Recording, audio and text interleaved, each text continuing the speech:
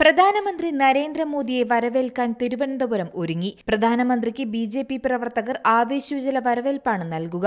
നഗരത്തിന്റെ വിവിധ ഭാഗങ്ങളിൽ കമാനകളും കട്ടൌട്ടുകളും ഉയർന്നു കഴിഞ്ഞു. നഗരം കൊടിതോരണങ്ങളാൽ അലങ്കൃതമായി. നഗരമാകെ ഉത്സവാന്തരീക്ഷത്തിലാണ്. നഗരത്തിന്റെ വിവിധ ഭാഗങ്ങളിൽ പ്രധാനമന്ത്രി നരേന്ദ്രമോദിയുടെയും ബിജെപി അധ്യക്ഷൻ കെ സുരേന്ദ്രന്റെയും കൂറ്റൻ കട്ടൌട്ടുകളാണ് സ്ഥാപിച്ചിട്ടുള്ളത്.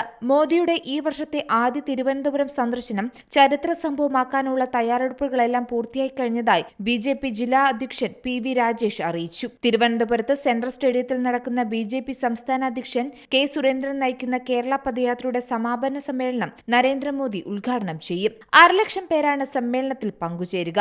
വിവിധ നിയോജക മണ്ഡലങ്ങളിൽ നിന്നായി പുതുതായി ബിജെപിയിലെത്തിയ 1000-ഓളം പേരും കേന്ദ്ര സർക്കാരിന്റെ വിവിധ പദ്ധതികളുടെ ഗുണഭോക്താക്കളായവരും സമ്മേളനത്തിനെത്തും. സെൻട്രൽ സ്റ്റേഡിയത്തിൽ പടുകൂറ്റൻ സമ്മേളനവേദിയാണ് ഒരുക്കിയിട്ടുള്ളത്. രാവിലെ തന്നെ സമ്മേളനം ആരംഭിക്കും.